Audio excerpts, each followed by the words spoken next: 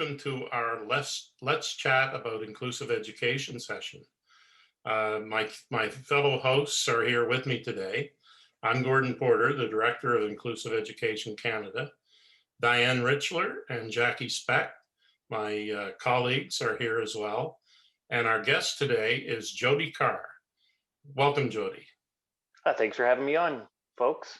Jody is a lawyer and a former Minister of Education in New Brunswick.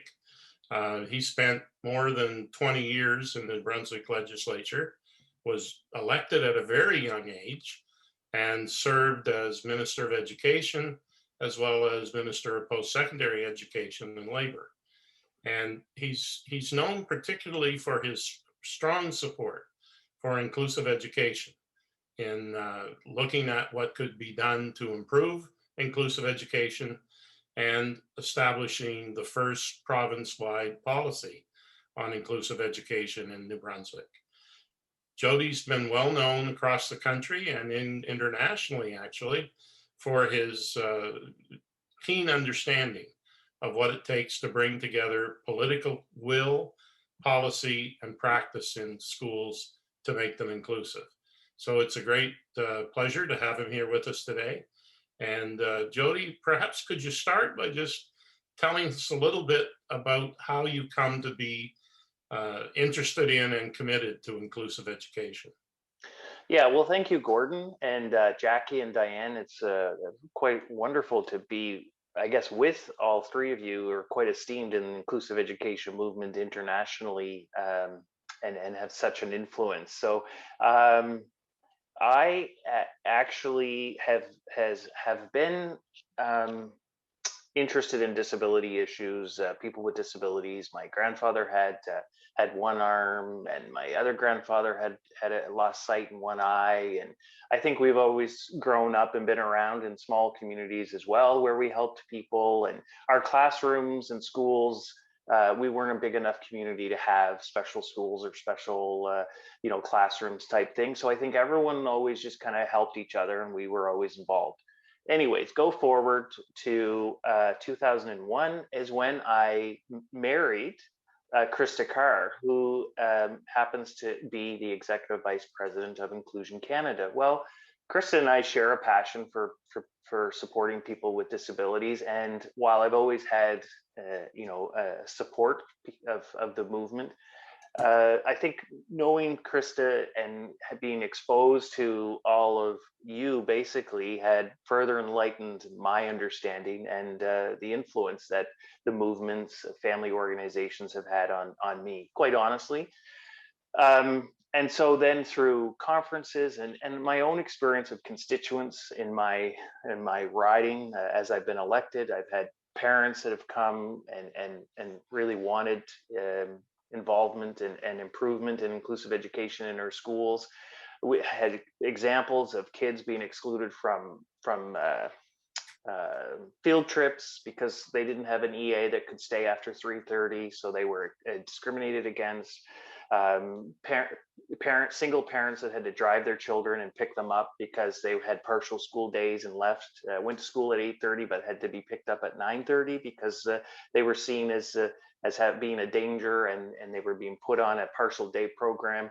So all of that, I had parents that said they weren't getting support for their children in middle school, and their daughter had committed suicide. So people had come to me as clients or as constituents.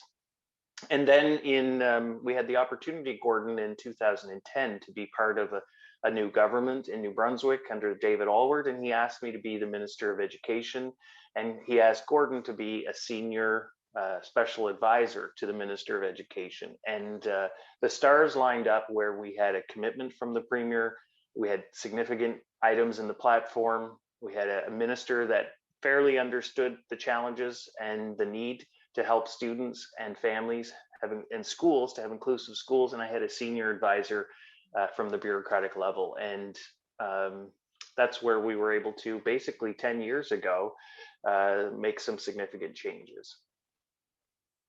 Diane? Thank you. So it's not very often that ministers of education get appointed to their position with the kind of background and commitment that you had. I can't think of one other around the world. So that was certainly unique. I'm wondering what advice you have. My role has always been as an advocate, working outside the system. So what advice do you have for organizations like Inclusion Canada in terms of how to help their ministers of education get off on the correct foot? And what mistakes do advocates make when they're approaching ministers of education in terms of trying to promote inclusion? So Yeah, double-barreled question. it's a very good question, and whether it's inclusive education or any public policy, it's very, very difficult to get on sometimes some ministers' radar, and we can't always pick. Well, we can't pick our ministers. It's a premier that does that, and we're given what we're given sometimes, and myself included, for good or for bad. But I would say, from a political perspective, all politics is local, and so having your strategic connections that family organizations can do so well, but those that do it very well know where their minister lives and what their constituency is, know where the premier lives and who their constituents are.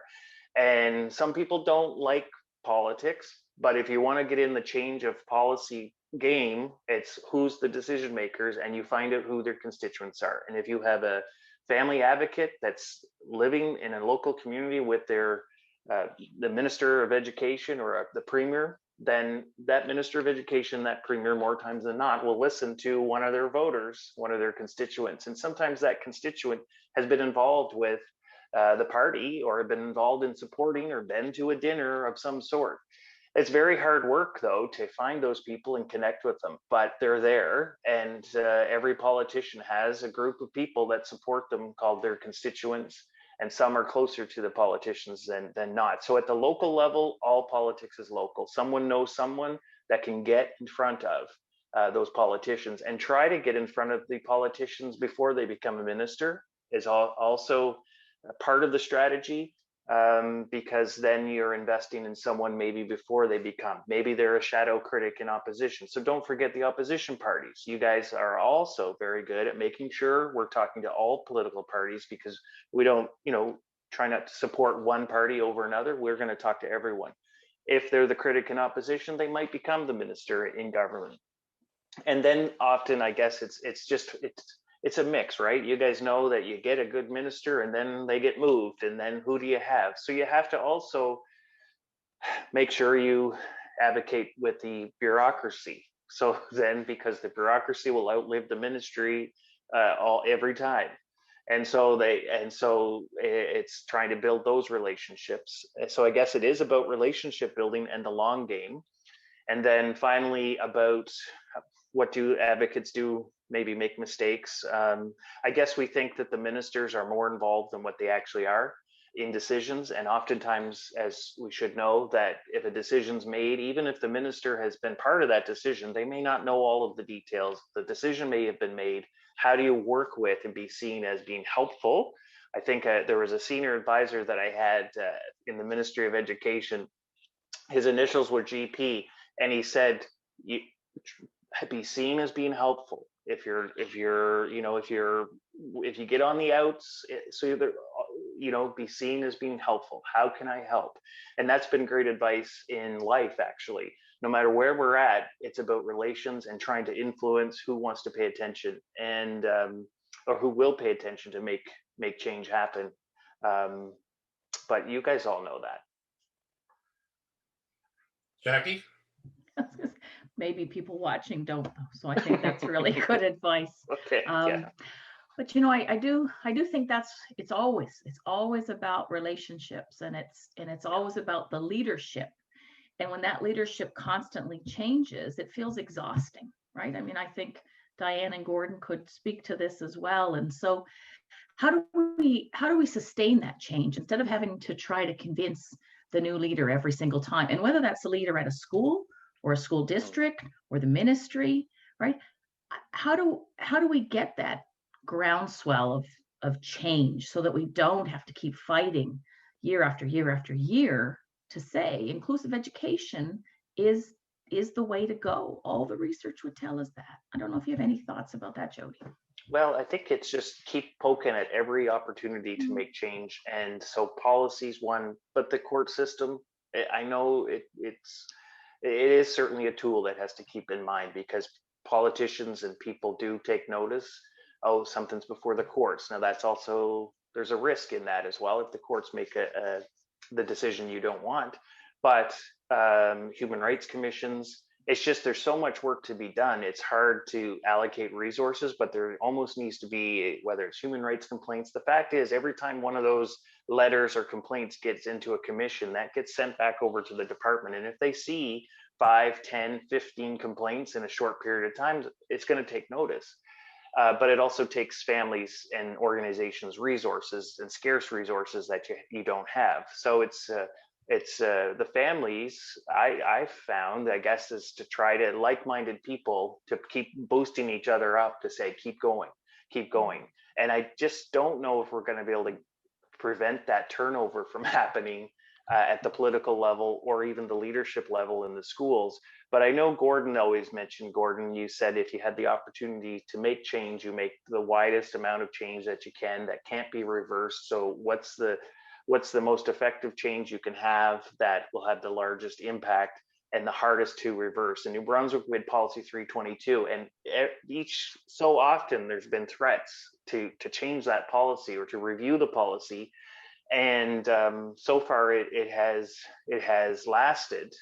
And every time there's a review, we have to sometimes remind about what the policy is and try to protect it, but also be open to improvements. And so I think it goes with disability rights, and such a marginalized group that's in such great need for improvement and support in the community, that every little bit of advancement is so tenuous and so fragile that unfortunately just the issues we have today with I guess vaccinations for COVID, I guess priority listing for triage and services in hospitals, who's going to get the ventilator, those types of things. Also medical assistance in dying, huge issues in Canada right now. And it seems to be blowing up in the Senate to go even further. Hopefully that will be an opportunity for the movement to say, where are we going here? And the politicos will take notice. But it is trying to gather that spark of interest for people and to explain to them. But anyway, there's some thoughts, I guess, if I hadn't answered your question. So Jody, talking about the spark of interest, in one of the previous chats that we had, one of the participants raised the issue of the challenge of Canada because of our, provincial responsibilities, provincial and territorial responsibilities for education, and how difficult it is to have any nationwide approaches. Just thinking about, the ministers of education still do meet with each other. They still talk to each other. Some of the issues that you raised, the whole issue of supporting kids during the pandemic is certainly high on the priority list now. But do you have any advice of what we can do as a nationwide movement to try to influence the national table, the Council of Ministers of Education, rather than, I certainly agree with what you're saying in terms of getting to your own minister and your own premier, but what about a nationwide approach? Are there things we can do? Well, I suppose if we were going to look at that, it would be building the relationships at the Council of Ministers of Education office. The executive director there is some of the policy people, and they help put together the notes. They help to put together the briefings. And so I would say to find out there, as well as who happens to be the chair, because the chair rotates minister by minister across the provinces. It's still very difficult, because while regardless of that office and those notes, every minister is independent, so we can have all these nice little memos and memorandums and decisions and whatever, but they're really not seen by the ministries as, I don't think, as being, well, they're certainly not mandatory. There's no meat in them. So, but to get on the national scene, I guess that's the way to go. And I think if you look at it, well, is America any better because they have a national system to try to get consistency across the country? Maybe with the Disability Act legislation to some degree for sure, but they still have a hodgepodge and the same issues of divergence of a variance of practice. So maybe there's a thought with, although the federal doesn't have education responsibility, maybe there's a tie-in to get federal maybe funding of some sort to help get on the periphery of the schools in some matter that might be in relation to a federal jurisdiction. That could be a tripartite partnership with CMEC as well, the Council of Ministers. Maybe it's on some employment or some transition planning of some sort that ties into a school, but not directly, so it doesn't infringe, the federal government infringes on the provinces, but something that is needed, but something that gets a federal perspective with it, into the schools. I don't know. Jody, can you share with us what your experience was with working with unions who are part of the school system, whether the teachers union, the assistants or paraprofessional unions? Did you find them, what did you find their approach to inclusive education, and how did you work effectively with them? Well, maybe I would ask you that, Gordon, from your perspective working with me, how did you think I worked? I'm asking the questions here. You're asking the questions, yes. Well, I really liked working with the paraprofessional organization, the educational assistants and the support workers and their union. It was a CUPE union. But I think what the opportunity was with that union is that they were so starving for some attention and a minister, I think, that would respect at least the position where they were in, or at least talk to them and show some type of respect around the role that educational assistants fulfill in schools. And so I think that was an area where we were able to kind of work with them and show respect and be able to get an audience and have some support. I think, one of the first ministers in 30 years that got invited to their annual meeting or something like that, which was a big deal. Teachers, it can be very frustrating because you can have discussions with them, but yet, they can be very centered on the issues that unions are centered on, which is often, they call it working conditions, they call it pay, or usually it's never pay, but it's working conditions. And when they have, I think that it's very easy to point to problems as a union, but trying to get them turned around where they're part of the solution. But if they're part of the solution, then they have to be accountable, and they don't necessarily want to do that either. So I guess you have to sometimes live with it and know that they have a role to play and look like they're fighting for their members and that they're relevant. And as much times as you might have meetings with them, they still might come back and say that they were never involved or weren't told and don't understand. And likewise with the union structure, you get what you get in terms of who's elected as the president.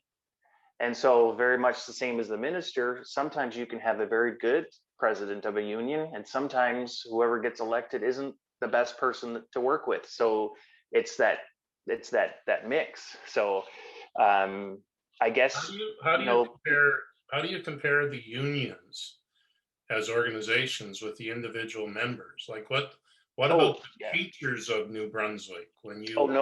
Exactly. What was your a lot of teachers, a lot of individual teachers would throw the union under the bus when you're talking to them one-on-one.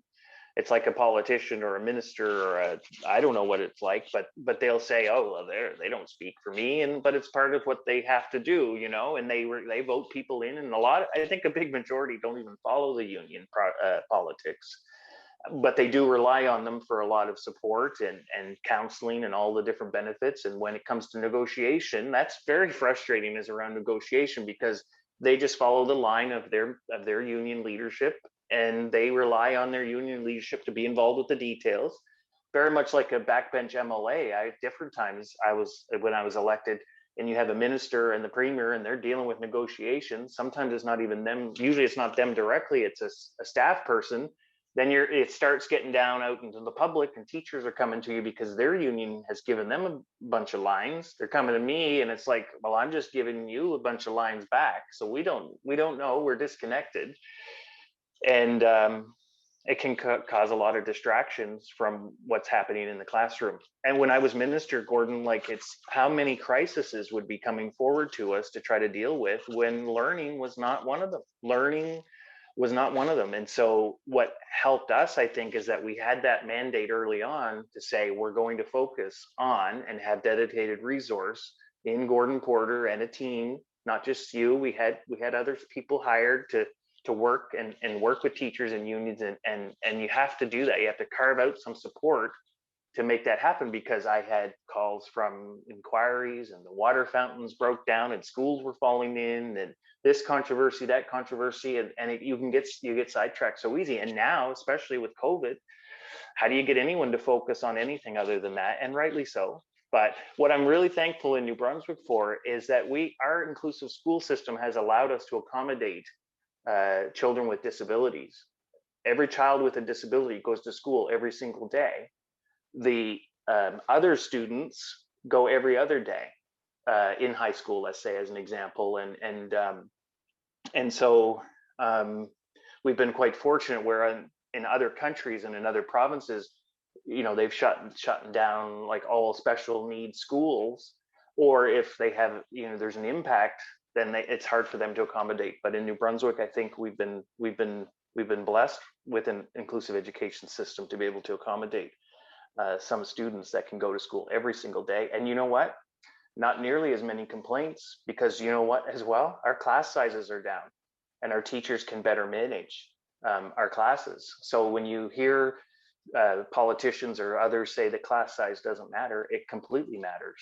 Classroom composition is a different composition when the class sizes are smaller, and the teacher can work with all the students and incorporate. Of course, we don't want to eliminate class size, but when you're half the class size and the student with the disability, you don't have as much distraction in the classroom. Diane? Thank you. Just thinking, you're talking now, people are going to be watching this after the pandemic. Oh, okay. And which is fine. Are there lessons that are being learned from the pandemic? Yes. That can help us to improve education in the future? It's a great question. Based on the pandemic, for sure. Class size was one. Also, the online learning, and the other mindset is, why does it always have to be the way it always has been? I'm not really one for big radical, but this pandemic has forced us to think differently in almost everything we do.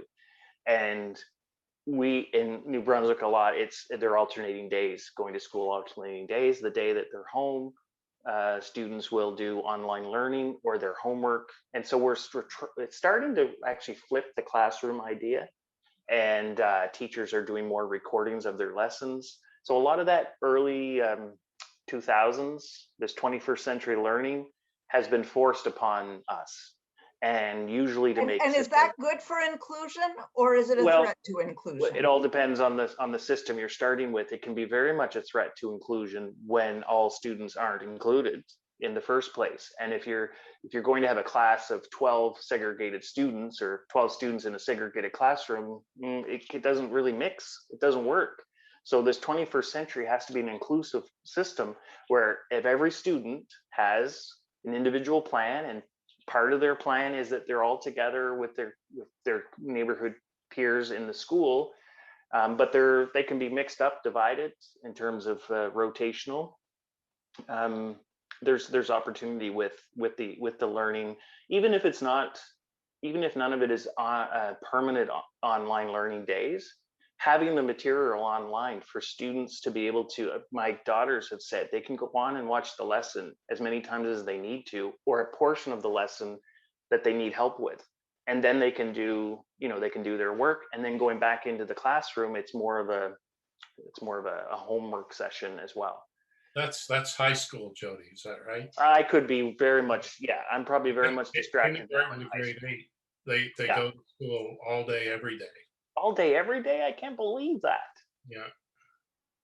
They No, do. but yeah, I was wondering, I thought maybe it was high school, but that's where my girls are now in high school. So that's my perspective, right? Right. Hmm. Jackie, any questions for Jody? I guess, thinking about your current career as a lawyer, what are you currently doing to help or support people with that inclusive education movement? Well, I wish that I either could do more or would make more time to do more in the movement. But what I've been able to do, so while I was in my last 3 years as a member of the legislature in opposition, I went to law school. And I decided to do law school full-time and MLA full-time, and I got my degree. And then I decided to do my articling. And because articling was really a full-time venture, then I decided not to run again in the 2018 election. And then I finished my articling, became a lawyer. I've set up my own practice in Fredericton. And so I do the basic kind of property and wills and kind of the stuff that keeps the cash flow going idea. I like doing them. The wills and the powers of attorney are relevant around capacity and decision making. I've helped families with children with disabilities to set up the trusts in their wills, making sure that that's done correctly, or at least that they've considered, as well as power of attorneys for people with disabilities, and using the so-called capacity or the competency tests, making sure that they understand what they're doing in terms of the decisions they're making. So not everyone is able to have a power of attorney necessarily, but for certain purposes, and we have that discussion with families. And then I'm still doing human rights cases. So I try to do some of those. I've had a couple in schools, not as much in schools. Maybe we'll have a reason why, but maybe it's COVID, I'm not sure. But in universities, I've had one just in the last 2 weeks with a university not being given accommodations, the student not having to follow strict deadlines for course assignments, having to go through appeals, getting expelled actually. There's a blanket policy. Every student gets a 1-week extension. So that's really not a human rights approach of an individualized learning accommodations. And then there was another one, even at another university late last year, around a teacher education program. Again, weren't going to accommodate, and they had to we're told they had to do the whole school year over because they can only go to school with their cohort of students, of classmates. So anyway, so I try to do those. I also do some policy work with our provincial family advocacy organization, New Brunswick Association for Community Living.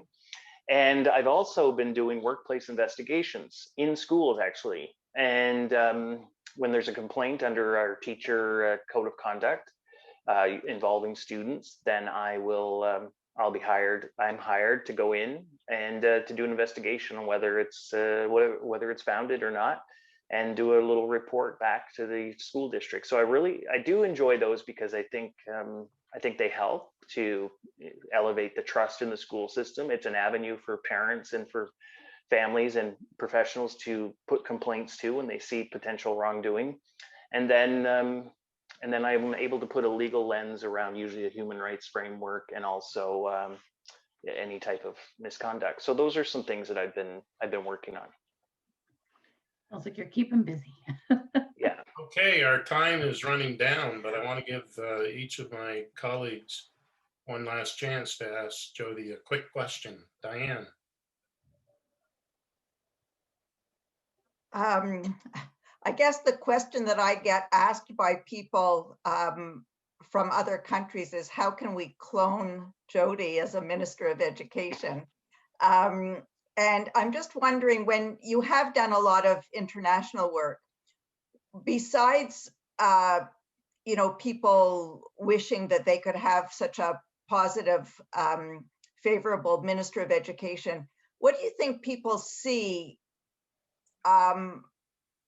in Canada's education system that they want to emulate? What do you think are the things that shine from Canada? Probably, wouldn't you think the teacher, probably talking about teachers, but the quality of our teaching, really, overall, I think we have very good quality teachers. I think probably compared to other countries, our funding is better, even though we don't always think it's very good. Usually we have a pretty, I guess if you're comparing to other countries, we usually have a pretty good, decent, education is mandatory and free for all, which is a basic that we take for granted. I worked with you, Diane, on the catalyst of inclusive education, and coming up trying to research the elements of the legislative framework. And I remember you coming back and saying, well, don't forget education's free and mandatory under the Ministry of Education. And it's just like, yeah, we just take that for granted. And in a lot of other countries, it's a healthcare system that's responsible, and it's for pay. So I think those are some of the highlights that people see in Canada as from our human rights generally, even though we see so much in front of us that needs improving. Thank you. Jackie, final question. Well, I guess I wonder if we could think about politicians. I mean, is there any words of wisdom that you could give to those who are going to be creating policies or changing policies to inform themselves on the benefits of an inclusive society? Well, I guess I was told one time when I first got elected on the steps of the legislature, it was actually a researcher from it would have been in the opposition at the time that was under Frank McKenna. We got moved into to office, and he was a longtime researcher in Politico. And he told me, he said, when I first got elected, if you want to make a difference in politics, pick one area and pick an area that you like, but pick one area and focus on that. You'll never get. And at the time, I didn't quite understand it, but at the time I thought, I took that serious. And I said, what's the one area? And I said, I like education and training, or poverty, education, and then under education, it was trying to focus. So it's really trying to get our agenda in such a way that people will champion, and those champions we try to promote. There are more champions out there. It's for us to keep finding them and looking for them and seeing them. And we're seeing some right now stepping up in the Senate. And how can we leverage that? We see some in the House of Commons, but in the Senate this spring, this winter, whatever. But there are people that we can keep tapping into, and I think we need to fund a national strategy around inclusive education. Just because it's not part of a national ministry doesn't mean we can't, as a parent movement, fund it as a national strategy and have a plan put together that's training, that's people, that's litigation, and we find the resources. We have a lot of people that are very smart and well-connected associates, and Gordon, your leadership, bringing us kind of together. This podcast thing, may help that too. But there are opportunities to get on the priority list of decision makers are before us, and I think we can look towards after the pandemic to do more great things.